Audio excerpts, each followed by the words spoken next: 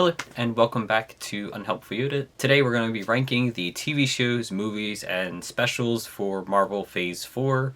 And that's just the fun part, the excuse to talk about everything that has happened this phase. But at the end of the video, I really want to talk more about what we got during this phase, what we didn't see at all during this phase, and just overall how much stuff we've really had, how much content they really squeezed into what is a relatively short Marvel phase. Let's get started with the ranking. Now, there are 17 projects that were released during this time, starting with WandaVision, I believe, was the first. WandaVision was the first TV show. I think Black Widow was the first movie, and working all the way to currently with the Guardians special as the current, most recent or upcoming end to the phase. But realistically, Black Panther is the end of the phase. I don't expect a whole lot out of the holiday special. With that being said, number 17 is the holiday special.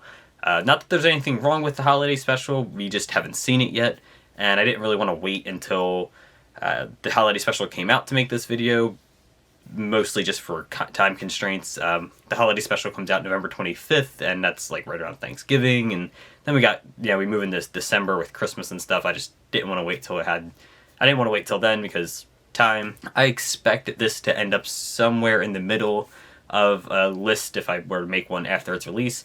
I have confidence in James Gunn's ability to make a good special, obviously with multiple good movies the guy's made, but also it's the Guardians, they're usually fun, so I have complete confidence that this will be a strong holiday special. However, I don't think it's going to be too consequential to the MCU in general, and I don't think it's going to have any real plot development. I think it's just going to be a fun little special. So it'll probably end up somewhere around the middle, but for now we're putting it at 17 because it's just not out yet. Alright, kicking off the actual list of things I've watched and that have been released, we're going in, we're probably going to start controversially with number 16, Loki. Loki seems to be pretty well received, and that's great for those who loved it. I could not stand it. I got about 3 episodes in and stopped watching. It was boring as hell. It bored me to death. I literally fell asleep watching the show and couldn't bring myself to continue watching it. Not only that, I tried to go back before making this video to watch it again. Like, before Black Panther came out, I've been trying to catch up on the stuff that I had missed from the MCU recently. And I tried to go back and rewatch this show both from the beginning and from where I left off. I tried to watch episode 4 and was confused, so I went back to episode 1 and remembered how boring it was and completely stopped watching it again. It's not good. For me, it was not good. It was not fun to watch. I did not enjoy it. I'm not really a big fan of Loki the character, so maybe that has something to do with it. I was never really interested in this show to begin with, but with all that being said, this is very much at the bottom of my list, mostly because I didn't even come close to finishing the season. And moving along, we have number 15, What If? This one I expected to like more than I did. This is another one where I didn't really finish it. I remember watching a handful of episodes, but the premises for most of the episodes just weren't super interesting, and that's pretty much it. It wasn't super. It's a good idea. I like that it's animated. That's, fun. I love animation, so that's a lot more fun and just different. But there was nothing really super interesting about the show overall. I did really enjoy the zombies episode, but I'd fallen out of the show way before that came out. Again, I think I made it about 3 or 4 episodes in, stopped watching it. Remember seeing the zombies episode came out, watched that one, really liked it, didn't really care to watch the rest. This is another one where I will go back and rewatch it. In this case, I will actually go back and rewatch it because I do think it'll be worth watching, and maybe with that it'll move up the list, but as of now, I've tried to watch it twice, couldn't really get into it. I think at the time these were coming out, though, I was just a little over the MCU. Like most people at the beginning of Phase 4, I was kind of needing a bit of a break, and these shows were not interesting enough to really pull me in. And What If is probably the second least interesting in my opinion, but going forward, the rest of these are actually pretty good. The rest of the shows were actually pretty good. So 2 shows out of the 8 they put out, I think that's reasonable. I didn't really care for this or Loki, though. And next up, we hit the first movie from the MCU Phase 4, and that is Eternals. This is only above the other two because I actually finished Eternals, and it was very long and very boring, and I don't really know why we needed this movie. It was not very good. It was an ensemble movie, but we didn't know any of the cast. A lot of the cast just didn't have time to develop, and it just never really went anywhere. Also, there were some major events that happened that just seemed to have never been brought up again or shown anywhere else. It's a really weird movie. It feels like Marvel themselves kind of forgot about this movie already.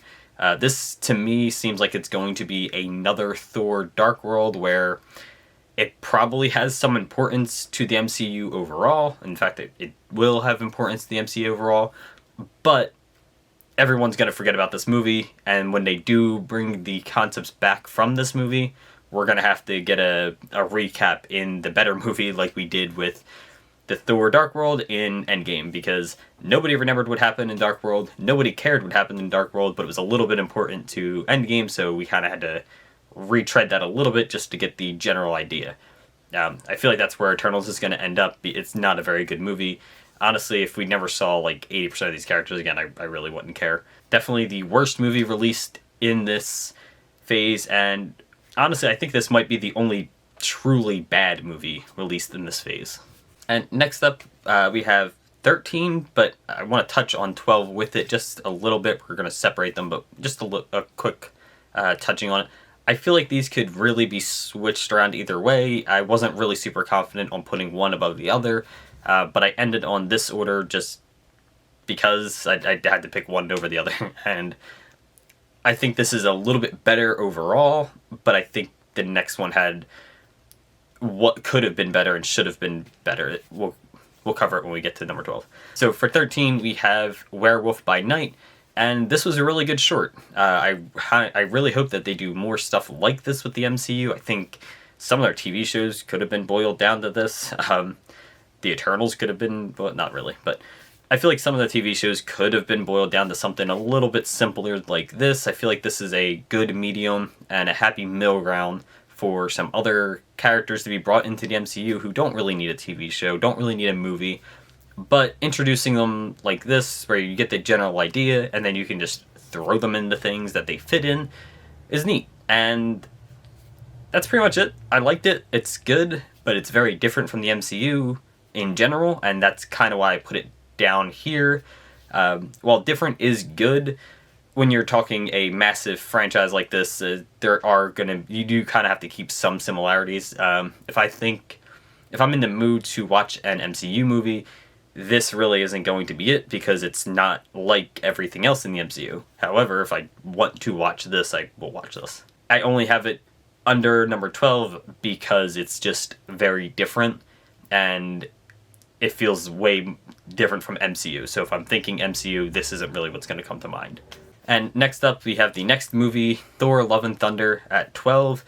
And like I said, I kind of feel like this and Werewolf by Night could be switched, but I ended up putting this just above it because while it is not the best and it's very close to being a bad movie, I don't think it's actually a bad movie. It's just a fine movie. But I put it above Werewolf by Night because it is very much more in line with your typical MCU movie. So while that's not necessarily a good or a bad thing, if I'm thinking MCU, this is something I'm more likely to go back and watch over Werewolf by Night. Whereas Werewolf by Night is very much a one and done, or something I'm going to watch in a different setting, a different mood setting, as opposed to this. For Thor Love and Thunder itself, I think it had a great story concept. The comic book version of it is very well done. This was not very well done. I think Gore was really, really good. He that should have been a fantastic villain. That should have been so much more. Christian Bale's casting was wonderful. Like, everything about the movie should have been great. And then the script for the movie is just really bad. They spend way too much time on bad jokes and not trying to keep the tone light, which isn't necessarily a bad thing. You can do this story and still keep somewhat of a light tone, but I feel like the tone needed to be a little bit darker. It needed to be a little bit more somber. Jane is dying of cancer. That's not a happy or funny thing. That is, it needs to have a little bit of gravity to it. It never really feels like we care that she's dying. Gore is out killing people because his daughter was murdered, and again, it doesn't feel like we ever really care that that's happening. It's just he's the bad guy. And I feel like if they'd put a little bit more weight behind those stories, the jokes would have landed a little bit better. The story is filled with so many jokes and such a comedic tone overall that the more weighty parts of the story don't hold any weight. There's no emotion to any of them, and in a story like this, it should have been a little bit more emotional. I did put it at 12, honestly, mostly because I feel like the movie is carried by Christian Bale's casting as Gore. He does a fantastic job, even if the script does let him down quite a bit. And also, I'm just a big fan of Natalie Portman. I like her in a lot of other things, and I think she did a really good job as Thor in this. I think the role was played well. I do like some of her jokes, some of the stupid quips that she says, trying to get her own catchphrase. Was that kind of stuff was funny, at least compared to the rest of the stuff in the movie. Again, I think if they had allowed the tone of the movie to be a little bit darker, a little bit more somber over the things that were happening, the rest of her portrayal would have been significantly better. I think they tried too hard to keep the tone light for a story that just shouldn't have been.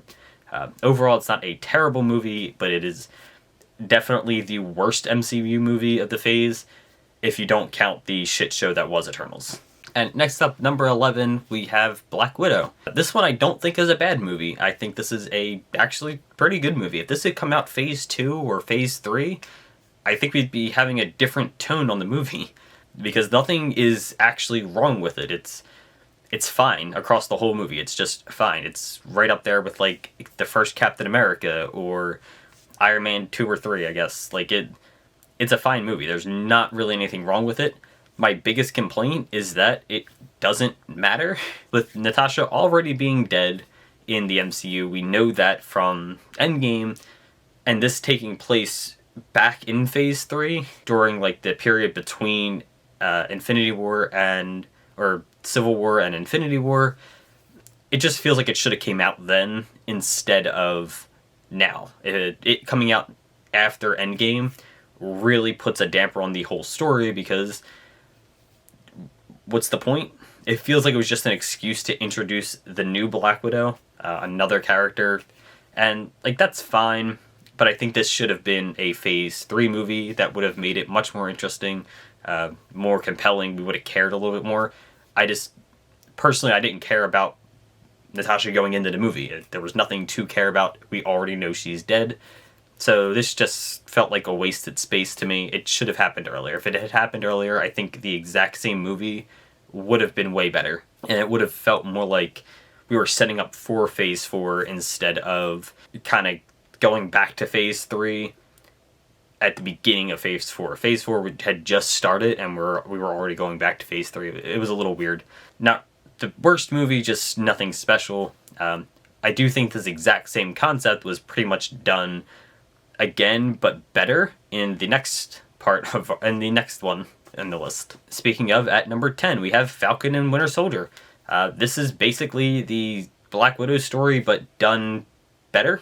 Obviously, there's key differences, and there's a lot of differences, but this is a TV show. It being a TV show meant we got to spend more time with these characters, which, while we do already know a lot about them, or at least a fair amount about them, this allowed us to spend a little bit more time with them adjusting to the new phase. It also introduced the new status quo for both Falcon and Winter Soldier, and realistically Captain America, with Falcon taking over the role of Captain America by the end of it. It introduced the new status quo, but without wasting a whole movie on it. And you could say, well, a movie's shorter than this, that's fair, but we didn't need a shorter runtime. Although I guess a shorter runtime probably would have been helpful, because there were some issues with this show. We got more time to just spend with the characters and see them grow a little bit. My only real complaint about the show is the plot's a little messy. I like most of the casting. I really like whatever the guys, Walker, the new Captain America. I did really like his casting. I like his portrayal. I think for the most part the show works. I didn't really like the portrayal of the Flag Smashers, especially the girl. While she did fine, can't remember her name right now, but while she herself did fine in the role, I think they gave her a kind of poor written role to play. We don't really get a good sense of what they're trying to do. Obviously, there's the open borders thing, and like that's fine, but we don't really get enough into what that really means or what that is.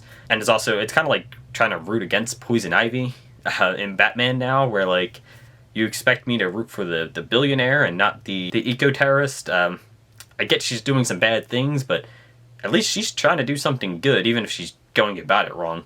I guess technically Batman is... You get the point, right? Why would I fight against the one who's trying to save, plants and the planet? It's hard to see her as a true villain in the modern day, whereas back in when she was created, it was a little bit easier. Same thing kind of transfers here, where it's hard to see the person who's fighting to open all borders and allow people to just go across the world where they want, when they want. It's hard to argue that that's a bad thing. I don't really see the issue there. It's borders are imaginary anyway. Like, what are we doing? But beyond that, it just makes it hard to see her as a true villain, which can be interesting, but they never really play into that, where we don't get a whole lot of back and forth on it. It's kind of just said and then moved on from. I just don't think there was enough development there. I did like the development with the other super soldier, who we get a little bit of, and he's apparently going to come back in the Secret Wars movie, I think or the Secret Wars show, or the Onward. He's coming back, or a New World Order, I think. I think he's coming back in the new Captain America movie, which is good. This will be good to see. I did really like Falcon's portrayal in the movie. I thought that was done really, really well. And overall, I think the show was good. It's just, at this point, we've hit the better stuff in the MCU, in Phase 4 of the MCU, and while this is good and I don't really have any true problems with it, the other stuff just continuously gets better in my opinion. And next up at number 9, we have Moon Knight, and I really like this show. Oscar Isaac played a really, really good role. The story was fine for the most part. I did like the Khonshu stuff and the mental hospital stuff. I thought that was all really well done. I like that the girl that he's with, I am not good with names. I like that the girl that he's with eventually gets like her own powers too. Like, everything about the show was really good. I do think it was a little long, but not in necessarily the worst way. It definitely isn't the worst show to use the runtime that it has. Some other shows use the runtime a little bit worse. The only reason it's down this far on the list is because we don't really have a clear indication of where we're going with Moon Knight. As far as I know, there's not a season 2 announced. He's not lined up for any movies or anything like that. It's just it seems to be just one and done, and that would kind of suck. That's really my biggest gripe, is that Moon Knight was really good, and we don't really have any indication that he's going to be anywhere else. The show was good. I really hope to see more from it. Maybe a season 2, or... Honestly, I just kind of want a season 2. Hopefully we get one. Maybe that's one of the unannounced things that they have for Phase 5 or 6. I think Phase 6 is the one with all the unannounced stuff, but we'll see. It was a really good show, and that's pretty much it. It was just a good show. But again, the stuff above it is just a little bit better in various ways. Most of them are better with pacing, but overall, I think at this point we've hit a stride of just everything from this point on is good, and it's just a matter of what you enjoyed more. And next up at number 8 on our list, we have Hawkeye, and this is another one. This is really right in the same league as Moon Knight, but I put this one just higher because it brought back Wilson Fisk, and that means the Daredevil stuff, which we know now, but that means the Daredevil stuff from the Netflix show is kind of being brought in, even if it doesn't maintain the same plot points or story going forward. At the very least, we have the same casting, and that is fantastic because both Fisk and Daredevil were cast pretty much perfectly. I have zero complaints about either one of them, so I'm really happy to see that they are now in the official MCU, at least more so. While technically the Netflix stuff was MCU, I think we all kind of know that it was pushed to the side. It didn't really get a whole... nothing else from the MCU was really in there. It was just mentioned to happen, and even then, vaguely. So I think him being brought in is what really puts the show up for me. Both Haley Steinfeld and Jeremy Renner did a really good job with their roles. I really liked Kate Bishop in this. She played very well off of Hawkeye, being young and kind of inexperienced, where he's like super serious. There was good chemistry there between the two of them. I liked the way they worked together, and the show was just fun. And then the introduction of Echo by the end of it was really good. And again, with Fisk coming back, that was really good to see. Overall, I think this was a very fun show, a very good show. Again, it could use a little bit of trimming and probably could have taken about an episode worth out of the show from across the entire series to make it a little bit better, a little bit more condensed, but overall I think it was fine. The runtime is just a little long, but that is an overall problem with the Disney shows up until the last couple, in my opinion. And next up at number 7, we have Shang-Chi, and this was, for a while, my favorite movie in this phase. It's only been beaten out by, like, the last few releases. I think this was the first really good movie of the phase as well. Sean and Katie play off each other really well. They're both really funny, but also not, like, super quippy and jokey. They're just fun to see and fun to watch. I really like some of these smaller details, like Wong fighting Abomination in the background was really, really cool. The idea that they are working together to kind of make money was also a nice touch. The movie looked good, and overall it was just a fun movie and a really solid origin story for a new character. We haven't had a good origin story in quite a bit, in my opinion. I can't really think of the last origin story movie we had, but I mean, obviously Captain Marvel, but that was okay at best. And then before that, Guardians? It's been a while since we've had a origin story, and even longer since we've had a actually good one. I think Guardians was the last good one. Ant-Man came out after Guardians, and that was not a great movie. I think Ant-Man 2 was better. And then, obviously, Captain Marvel was a mixed bag, but I think this was a actually solid origin story movie, which is something that the MCU hasn't had in a while, and also just introduced a lot of fun characters and kind of built around the world quite a bit with, again, stuff like Wong fighting Abomination and just little details like that you just see a bit more of. A lot of fun, really liked the movie, and I've watched this a few times since it came out, and it hasn't even been out that long.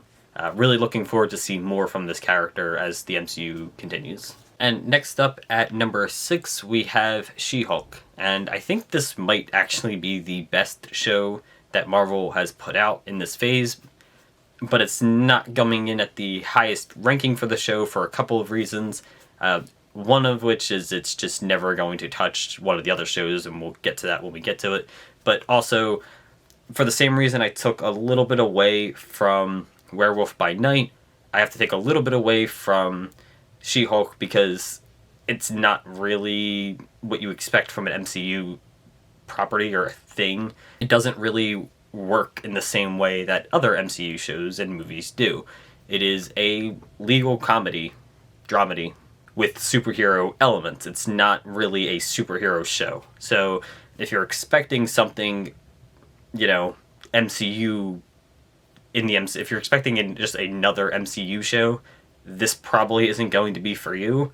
It's very much a sitcom, like a legal sitcom, and it just happens to take place in the MCU. So for that reason, I kind of had to bring it down a little bit, because again, I don't think I'd watch this if I was looking for an MCU show to watch. But on its own merit, I would watch this again because it's absolutely hilarious. In fact, I was just watching it again. It just finished and I was watching it again because it really is hilarious. It's a great show on its own. It just is very different from the rest of the MCU. There's also the ending, which is fine, but I don't love it. It's a little convoluted, and it feels like that needed... If that was the ending they were going to do, that ending should have been longer. I feel like they really rushed through that back half with Kevin, and I kind of don't know where they stand with the show. Like, did the stuff that happened at the end of the show actually happen? Is it just not there. Like, it's hard to know what's going on with the show at the end of it, and while that's fine, it does take a little bit away from me. I don't love the ending. On the brighter side, the rest of the show was really great. I love the portrayal of Abomination in this. It's really nice to see the callback from Shang-Chi into this one, with it being a whole court case with Wong coming to defend Abomination, that he did just take him out of prison, and then Wong just disappearing. The Titania subplot was a little weird, but the character herself was really good. She was portrayed well and done well, but they never really explained why she broke into the courtroom in the first episode, so it's a little jarring. Really, that's pretty much it. I mean, the Daredevil stuff was fantastic. I think the Daredevil being in the episode was really good. Just everything he did in the episode was good. It's really nice to see Charlie Cox back as Daredevil, but also his appearance at the end of the season was funny, so I think overall it was really good. My only real complaint is the ending wasn't very good, and just a general, it's not really an MCU show, it's just a show in the MCU. But this is also my kind of show. It's a sitcom, it's funny with compelling characters. This is the kind of thing I like to watch, and it was good. It was very well done for what it is. It's just different, so I couldn't place it any higher than this, just because this is a list for MCU stuff, and I feel like that means you kind of have to fit in the mold of the MCU at least a little bit, because when people want to watch the MCU, they want to watch that type of show, and this just isn't it. And next up, starting out the top 5, we have Miss Marvel, and this show was pretty much perfect. This is everything you want to see in a show from the MCU, in my opinion. It's an origin story of a character who doesn't really need a movie. Being a show allowed us to flesh out the side characters much, much more. Her family was really well done and is really great. Like, that's one of the strongest points of the show, while Kamala Khan herself is really interesting and fun to watch. Honestly, her brother kind of steals the show like half the time he's in it. Pretty much any time he shows up, it's funny, it's entertaining, and it's one of the best things in the episode. The same thing with her parents, but to a lesser extent. It did get drugged down a little bit in the middle, where we started going a little far off and there was too much happening. I think it could have benefited from a little bit more narrative focus, but it wasn't the worst. The rest of the MCU shows did that same thing, but worse. I think this was the best one doing it, but it still had its problems, and I mean, nothing's perfect. It's going to have problems. It's still really, really good, and this is the show I would recommend for anyone who wants to watch one of the Marvel shows. I think this is the best one, the most well-done one, the most well-thought-out one, and it seems like this had they learned from everything that happened before with the MCU shows and kind of fixed a lot of the issues. This wasn't the last show released, but it was close to it, and it's the last one released that's really that's really an MCU show. She-Hulk came out after, but She-Hulk's very different, so this is the last one that kind of fits the mold of what you expect from the MCU, and it does it probably the best. And next up at number 4, we have Black Panther: Wakanda Forever, and this movie was fantastic. This is almost a perfect movie as far as MCU is concerned. I don't really have anything wrong to say with it, so we're just going to focus on what I liked about it. It handles Chadwick Boseman's death very, very well. The choice not to recast was done well. They didn't force it too much. They just they show what happens, but they took away any idea that this might have been something extreme, and they just bring it real close that it is. He was sick, and he died. That's it. That's all you need to know. It's not some kind of cosmic threat. It's not some MCU shenanigans. It is just, he's a human being, he got sick, and he died. They don't tell you what, why, or anything else, because you don't need to know. All you need to know is that it wasn't anything that they're going to spend the movie focusing on as far as what caused his death. It's just, he's human, and he died. So I think that was handled very, very well. I think the movie spends a lot of time handling the grief of the characters, especially Shuri, and it does that very, very well. I think for a movie that is forced to focus on what was the more background characters and more supporting cast as the new main cast, it handles that well. Shuri gets a lot of development. Boy gets a really, really good fight scene, and then her new armor is really cool. The mother, Ramonda, gets a lot of just really, really good monologues, and they use them throughout the trailer, and it's obvious to see why. Namora gets what is basically a character overhaul from the comics, and it is done fantastically well. Comics Namora is kind of shit.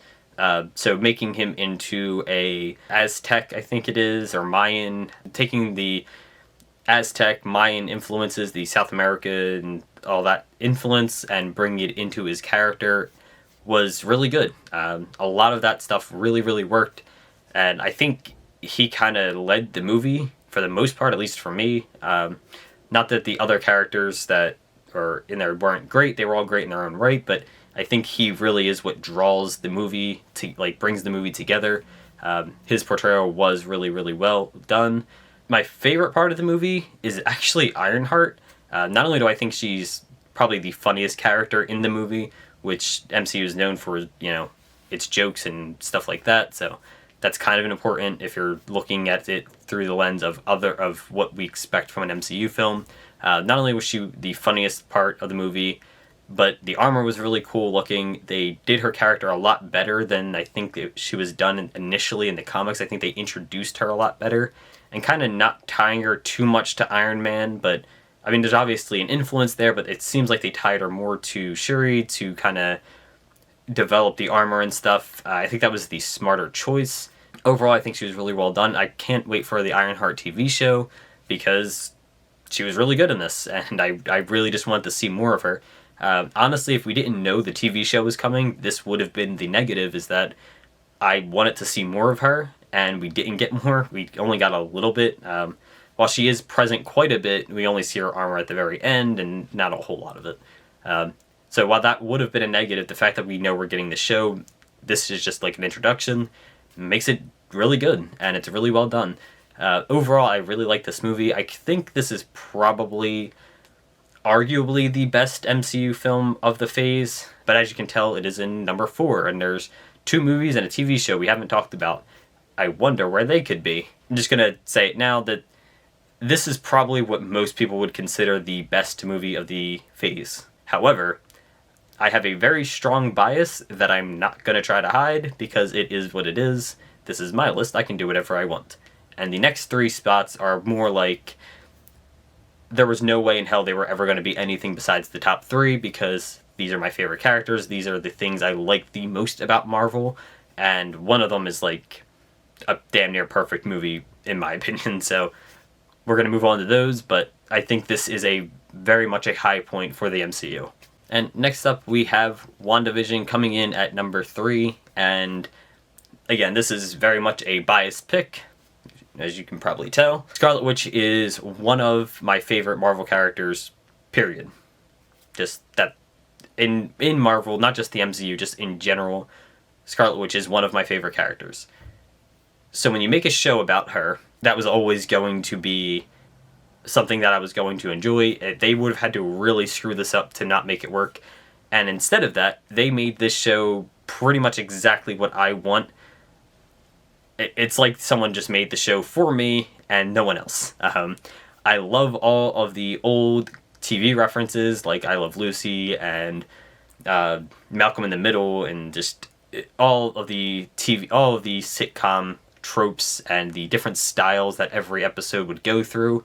I love sitcoms. Like, older TV sitcoms is one of my favorite types of TV, and this does it so well, and it obviously is using that as like a narrative device, and this show was made for me. Honestly, that's just really what it comes down to. It has the MCU action at the end. It has a plot that you kind of have to piece together on your own, which makes it very good for the episodic viewing. Every episode gets its own little self-contained plot, but also its own self-contained style.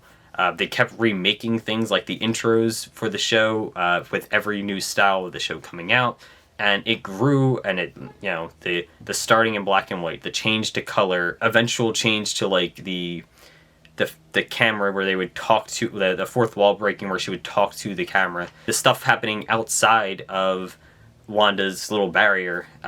Basically everything about this just absolutely worked. This, for an introduction to Marvel shows, like the first one they put out, this was fantastic. It was a phenomenal show.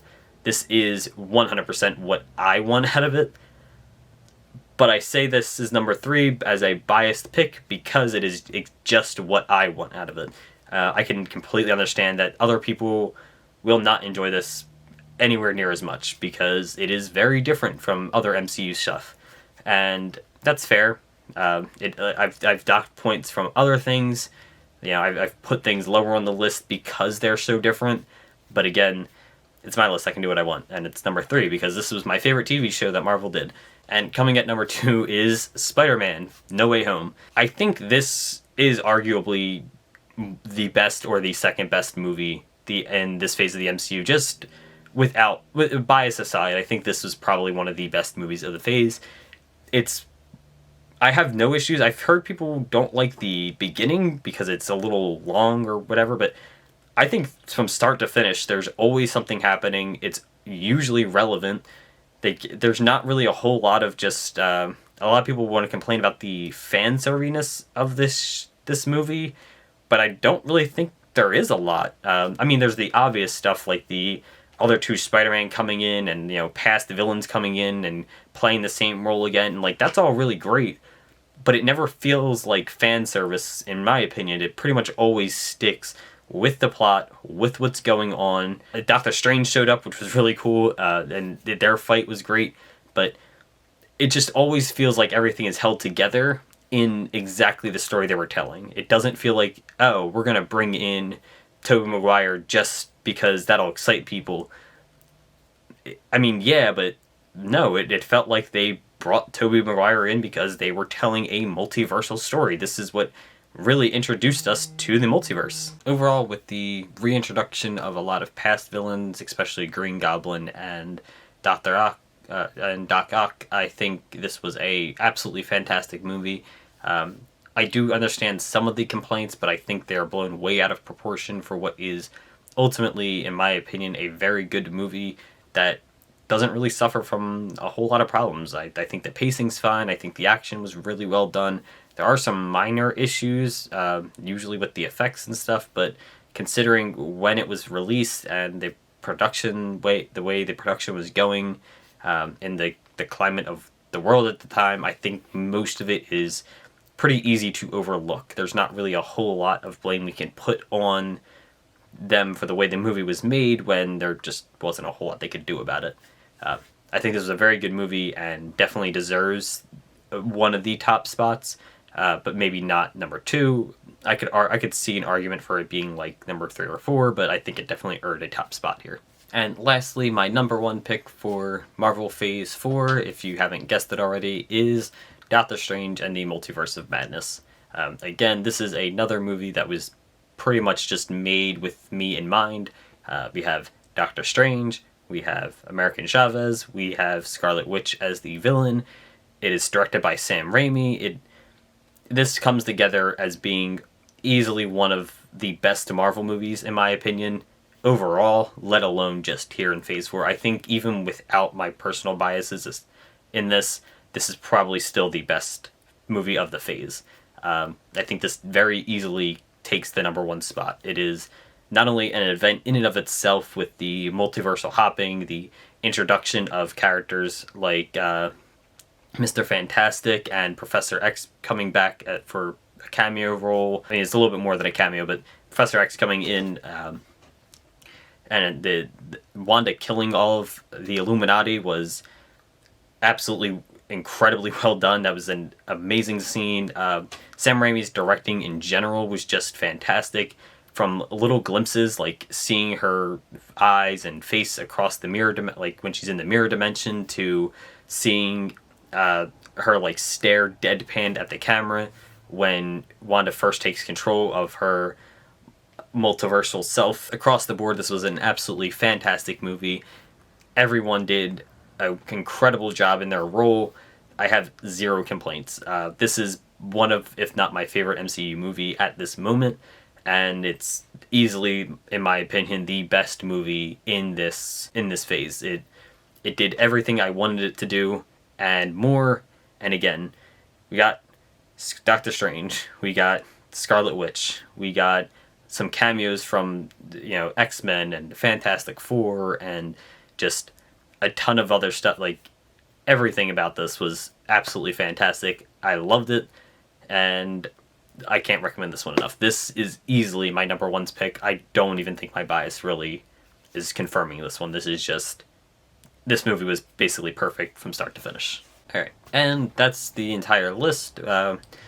So let's talk about the MCU Phase 4 overall. In my opinion, it was not the best phase. It's not the worst. I think it sits somewhere in the middle. I think Phase 3 is pretty clearly the best phase, but I think this did a pretty good job with what it was, with the cards it was dealt here. Obviously, this phase started during the pandemic. There was only so much they could do with filming and stuff like that, so some concessions had to be made.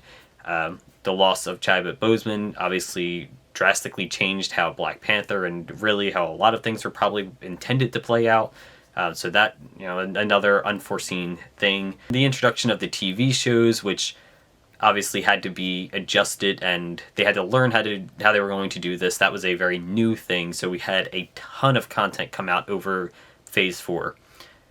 The thing is, I think there was too much content in Phase 4. While it started off relatively slow, it built very quickly, where we were getting a ton of movies, a ton of shows, that there was like something new MCU related every month or every other month, and it became a lot, and I think it became a little too much, a little too saturated, and I personally started missing out on things. And I'm not really one to miss things. If it's something I like, I'll make the time to watch it, and in this case it just became too much, where I was just like, no, Loki, What If were pretty clear examples of, I don't really like this too much. It's fine. Maybe if there was less coming out, I would have just watched it just because, but I didn't really like them that much, and there was too much other stuff happening that I just didn't feel like I needed to make time for it, and it's really hard for me to go back to it now. I think they just oversaturated it a little bit. I think 3 movies a year is too many. I think we could get away with 2 movies a year, realistically. But I would be fine with 3 movies a year if we got like 3 TV shows a year, and that was it. 6 projects, I guess that's still every other month, but it's every other month, and then you're alternating between a TV show and a movie. So, say January we get a TV show, March we get a movie, and continue that line. I think that works a little bit better, as opposed to the 3 or more movies, like 3 movies a year, 4 TV shows. We just, the specials thrown in as well. It was too much. There was too much happening consistently, and I, like many others, kind of needed a break at certain points. Some of these things I watched immediately as they came out. Some of them I didn't watch until way later. I didn't see The Eternals until like a month ago. The same thing with Black Widow. I think I watched them back to back. I did go to the movie theater to see Shang-Chi, and I did go to the theaters for Spider-Man, Doctor Strange, Black Panther. I didn't go to theaters to see Thor. I ended up just watching that when it came to Disney+. And the shows, I watched most of them as they came out, but some of them I ended up just not watching all of it, like getting a couple episodes in and then just waiting till it was over to finish it. Most notably with Falcon and the Winter Soldier. And then I didn't even finish 2 of them. I didn't watch Werewolf by Midnight until I was preparing to make this video. So it was a little all over the place. There was too much, and I kind of had to force myself to watch some of it. Overall, I think the phase was fine, though. Just not anything particularly great. My other issue is some of the things that we didn't get. Even though we got all of this stuff, we haven't seen Captain Marvel except for a very, very small scene since Endgame. And even then, that was a relatively small role. She really just came and fought a couple people and then left. Realistically, we haven't seen anything story-related to Captain Marvel since her movie. Where's she been? We got nothing. Not even, like, a small part in something, in another movie or anything like that. Like I said, she was in Miss Marvel, but it was literally just the post-credit scene or the end credit scene, whatever. It was literally just the end of the show. There's not a whole lot there. And she doesn't appear anywhere else in anything else in this entire phase. And I think that's a little weird. Guardians were pretty non-existent. Again, they showed up a little bit in the Thor movie, but it was really just a, hey, we know Endgame ended with them leaving together, but we want to separate them for this movie. So Thor's going to go his way, and the Guardians are going to go their own way, and we're going to call it there. So, like, they weren't really anywhere to be seen. Now, they will be in the holiday special, but again, I don't think that's going to have any real ramifications. I think that's more just, like, something fun to put on. I don't think it's really that important. So, overall, I think they pretty much missed out on this phase, and that, again, we haven't seen them since Endgame, but realistically, we haven't really seen them since their own movie, or since Infinity War. So there's just quite a few characters who seem like they're getting left behind a little bit. The other one's Ant-Man, but he is starting off the next phase, so like his movie's coming next year, so I guess it's fine. But I don't know. I feel like we just haven't gotten some characters in a while, and I think that's a result of the cast of the MCU becoming increasingly bloated, which isn't really a bad thing. That's just kind of how something like this is going to work, because there's a ton of Marvel characters that people want to see, and you can't have everyone in everything. So there's going to be phases going forward where I think we're just not going to see some characters for several years at a time, and that's fine. But these aren't characters, these aren't like drawings or cartoons, they're live action. So when we haven't seen, Paul Rudd in 5 years, he's going to look a lot different. Like, he's going to age that 5 years. Now, granted, Paul Rudd still looks like he's 32, so that's fine. But for other characters, the age is going to come, and like, you can't, if you haven't seen him in a while, like, you're losing time where you can actually have this character. And what happens when the character just no longer fits the role? They're either too old, or they just don't want to do it anymore because they've been doing it for 20 years. Like, eventually this is going to be an issue, and I think they have to kind of think that through a little bit more. But I don't really have a solution for that. That's just time and life. So I don't really want to put that on them. That's not really their fault. There's not a lot they can do with it, but I do think the cast is getting a little bloated, and they either need to trim some of it down or find a way to integrate these characters a little bit better where we're getting more of them together. But at the same time, I know people, and myself included, don't really want everything to be a team-up movie. It's fine and actually good sometimes to just see a character by themselves. Shang-Chi was a perfect example where it's just him. I mean, he has a cast, he has a supporting cast and stuff, but we don't need to see, Ant-Man didn't need to show up in that movie. It's Doctor Strange didn't have to show up in that. We didn't need that. So I think it goes both ways, and it's just a little weird. It's just a little weird that we haven't seen some of these characters since Endgame, really. But overall, I think it was a pretty decent phase. And that's all for today's video. Thanks for watching. Don't forget to like, comment, subscribe down below. And let me know what you thought of Phase 4. Do you think I should have ranked anything higher or lower? Should I really go back and watch Loki? I don't think I should. Thanks for watching. We'll be back on Monday with more nerd news. Bye.